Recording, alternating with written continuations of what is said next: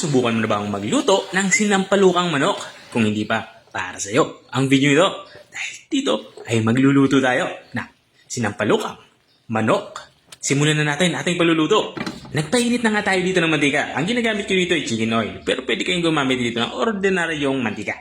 At nang uminit na nga ang ating inilagay na mantika, nagsimula na nga tayo mag-isa dito. Unang inilagay ko nga itong ating bawang.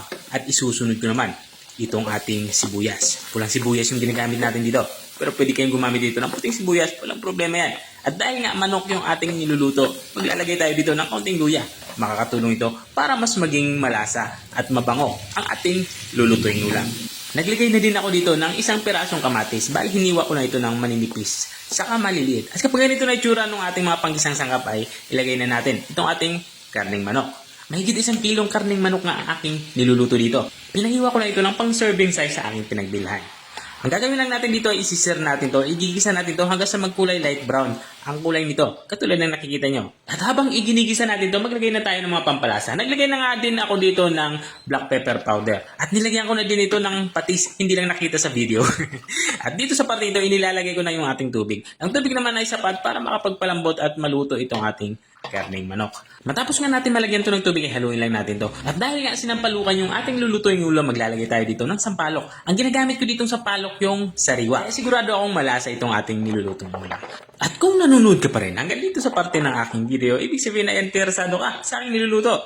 Pwede mo na may comment kung taga saan ka para alam ko kung hanggang saan umabot ang aking video. Makalipas nga natin na ilagay yung ating sampalok ay takpan lang natin to at papakuloy natin to ng mga 15 to 20 minutes. Mabilis lang naman maluto itong ating karning manok. Matapos nga ng 15 minutes ay binuksan ko muna ito. Dito naman sa part nito ay titimplahan ko muna ito kung sakto na sa aking panlasa ang sabaw nito. At dahil nga okay na ito sa aking panlasa, ilalagay ko na yung ating panghuling sangkap.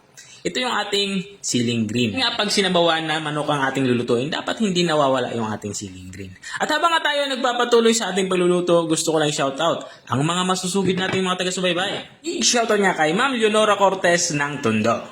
Shoutout din kay Sir Roman Locio, sabi niya pa-shoutout naman idol. At shoutout din kay Sir De La Cruz ng Cagayan Valley. At maraming salamat din sa mga walang sawang nanunood, nakasubaybay dito sa aking channel. Balikan nga natin itong ating nilulutong ulam. Dito nga ay lutong-luto na nga itong ating ulam pananghalian. Pwede nang iserve ito kasama ng mainit na kanin. Ang sarap humigop ng sabaw nito, lalo kapag umuulan. Ito na nga yung ating sinampalukang manok. Kung nakarating ka hanggang dito sa dulo ng aking video, maraming salamat sa panunood. At kung nagustuhan mo naman yung bago nating reseping ibinahagi, baka pwede mo naman to i-share. O siya, hanggang dito na lang ako. Kita ulit sa mga susunod kong mga videos. Paalam! Bye-bye!